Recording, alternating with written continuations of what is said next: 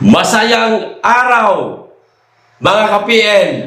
O, eto na. Naglabas na po ng pahayag si Congressman Pulong Duterte kaugnay po dito, mga ka-PL, sa pagkakasangkot di umano nitong butihing congressman at ni Attorney Mans Carpio sa ipinagbabawal na pulburon. O, ito yung matagal ng aligasyon nila eh. O, aniya, mga ka-PL, hindi niya po aatrasan. Kahit saan man makarating itong gagawing investigasyon sa kanya, handa niya pong harapin, mga kababayan. Taliwas po ito sa mga ipinapakalat po ng mga trolls ni Tambaloslos na di umano natatakot daw itong magaling at butihing congressman na si Paulo Duterte sa gagawing investigasyon sa kanya. Kaya hindi naglalabas ng pahayag. O eto na, mga trolls, makinig kayo. Basahin ko para maintindihan ninyo. Kayo talagang hilig ninyo maglabas ng kung anong-anong mga fake news. Tapos sasabihan ninyo kami ang fake news. Kayo ang tunay na fake news. Yung nakaupo sa palasyo, fake news. Yung speaker sa camera, fake news. Ano aasahan namin sa inyo? Di, syempre, fake news. O, ito po, mga kababayan. Pero bago ko po basahin, makikisuyo sa mga hindi pa po nakasubscribe. Baka naman. At paki-click na rin po ang notification bell para updated sa lahat ng uploads. At huwag nyo pong kalimutan, paki-like na rin ang video. Maraming salamat. Makikisuyo lang po. O, ito, ayan o. Dito po ito mismo, mga kababayan, sa hindi nyo na makita. Ayan, ilagay ko na lang dito sa ibabaw. Ayan, at unti-unti nating basahin, mga kababayan. Medyo mahaba-haba o ito. Kagabi pa ito eh. Ngayon ko lang na gawa ng video kasi patulog na po tayo. O, ito po ang sabi nitong isa sa mga hinahangaan kong congressman, merong young balls at higit sa lahat, hindi corrupt. Taliwas pa rin yan, ha? Sa mga ipinapakalat pa rin, syempre, ng mga trolls. Dyan tayo galing sa mga trolls na yan, eh. Kaya nga tayo biglang bumalikwas kasi ang utos na, sirain ang mga Duterte. Hindi ko kaya, eh. Ha? At higit sa lahat, alam ko ang ginagawang mabuti ng mga Duterte. Kaya nilayasan ko sila, mga kababayan. O, ito po sabi, I welcome any investigation to be conducted by an impartial and credible body as I have nothing to hide. Narinig nyo? Mga trolls! Wini-welcome niya pa nga eh. Kahit anong investigasyon aniya na gagawin sa kanya, at wala siyang itatago dahil wala naman siyang tinatago talaga. O, kayo lang ang nagsasabi niyan. Mga mapagparatang kayong mga animal kayo eh. Eto, I remain committed to clearing our name, and confident that the truth will expose the baseless nature of this accusation. Yung tungkol nga po doon, mga kababayan, sa mga illegal na pulburon na sangkot di umano itong mama na ito at si Attorney Mans Carpio. However, I must stress that any call for investigation must be based on credible evidence, not on pure hearsay testimony from convicted felon like Jimmy Guban. Wala na namang mangyayari sa investigasyon na ito. Puro hearsay lang naman itong sinasabi ni convicted Jimmy Guban, mga kababayan. Basura na naman ito. Kapag ka-hearsay lang, ibig sabihin wala akong sapat yan, mga kababayan, ng mga ebidensya. Ayan. Pagdating sa korte, nasaan ebidensya mo? Kulang-kulang. Basura. Ayan. Mapapahiya na naman dito, mga kababayan, ang mga trolls ni Tambaloslos. O ito pa, this testimonies obtained under guise of a witness protection program in exchange for loss, lack credibility, and only undermine the integrity of any legitimate inquiry.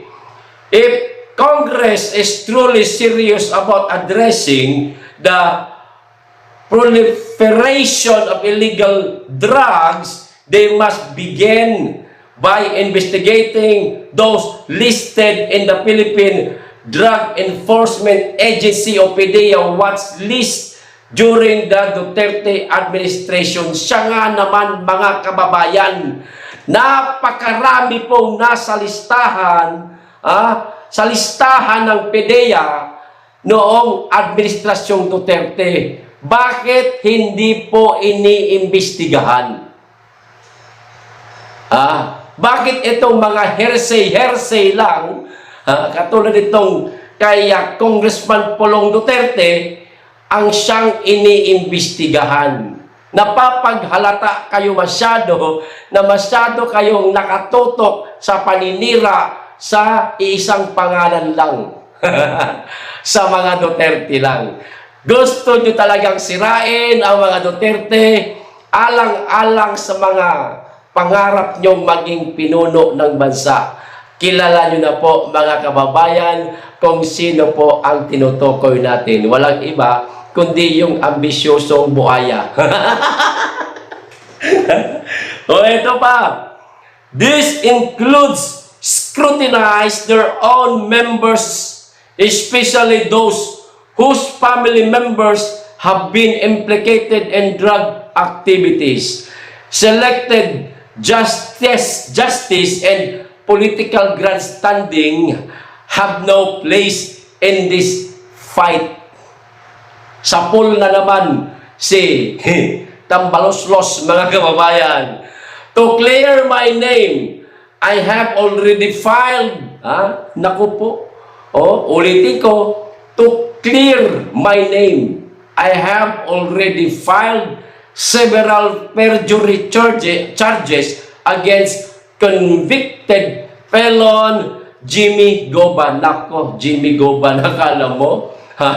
Si Pulong Duterte lang ang haharap sa investigasyon. Isa ka rin, madadagdagan na naman yung kaso mo, boy. Paano kung mapatunayan sa hukuman itong mga i-final na kaso sa iyo ng butihing congressman, kalaboso ka, boy. This is just the first step, naku po, in ensuring accountability for those who spread falsehood and attempt to tarnish reputation with fabricated stories. Simula pa lamang yung ito, mga kababayan. Simula pa lang ito. Nagsisimula na, sa madaling salita, si Congressman Pulong Duterte na sumapak. Ang haharang sabog. Ayan. Sabi pa nga sa mga usap-usapang kanto o kwentuhang kanto. Ang humarang, giba. Ayan. Ang bumangga, giba. Ayan, ito pa. I call on the House Quadruple Committee to pursue genuine and unbiased investigation. Naku, malabo mangyari yan. Unbiased? Naku po. Huwag nang asahan yan. Ano ba nangyayari ngayon? Diyan sa Quadcom na yan. Kayo na pong humusga, mga kababayan. The nation deserves nothing less than the truth and a sincere commitment to the fight against illegal drugs. Let us not be distracted by politically motivated accusations or unreliable testimonies. Ito pa, let the facts speak and let justice prevail. Yan ang maganda. Kaya, humanda-handa na kayo sa mga mga ibabanat sa inyo ni Congressman Polong Duterte. Nagsisimula na siya sa mga babangga. Huwag niyong asahang hindi kayo magigiba dahil siguradong gigibain kayo nitong mama na ito dahil maliban kay Congressman Marcoleta, Congressman Cardrema, isa ito sa mga congressman na mayroong young balls, tapang at siyempre nasa katotohanan. Antay-antayin nyo kayong mga bumabangga sa mga Duterte. May kalalagyan kayo. O ito pa mga kababayan, idagdag ko na rin ito. Siyempre, pagmamayabang ko po ito mga kababayan. Kasi tila naungasan yata si Dayunyor ng isang bagitong alkalde ng Davao City. Naungasan. Malayong-malayo ang track record ni Dayunyor dito sa bagitong alkalde ng Davao City. Trabaho, ito ang tunay na trabaho, hindi lang sakripisyo, kundi tunay na naglilingkod. Bagamat sa Davao City lang. Ito, basahin ko po, ilagay ko na rin dyan. Ang sabi, sa pinakabagong ulat ng Commission on Audit o COA, mga kababayan, para sa local government units, nananatili ang Davao City bilang isa sa pinakamayamang lungsod sa bansa. Dayunyor. Ano daw? Dayunyor. Narinig mo sinabi ko, Dayunyor. Ay, sa balita pala, hindi pala galing sa akin to. Ito, nananatili ang Davao City bilang isa sa pinakamayamang lungsod sa bansa. Bakit? Ito, basahin natin. Ay, nakikita nyo naman dyan. Debt-free Davao City remains one of the wealthiest city in the country. Palakpakan naman dyan. Nag-iisang city sa buong bansa, mga kababayan, na walang utang. Pinakamayaman. Kaya, kayong mga naghahangad na pumasyal sa Davao, subukan nyo po. Hindi po malulugi ang pamasahin ninyo. Hindi po malulugi yung inyong mga gagastusin pagdating dito. Dahil makikita po ninyo ang ganda ng Davao, ang katahimikan, ang kalinisan, at higit sa lahat kung paano rumespeto sa kapwa-tao ang mga taga-Davao. Kasi ang tagline ng Davao City, Davao Disiplinado. Ayan, disiplinado. Ayan, pasensya na nabulol. Ayos, hanggang dito lang. Maraming salamat. Mag-iingat kayo lagi at higit sa lahat, mahalin natin ang Pilipinas.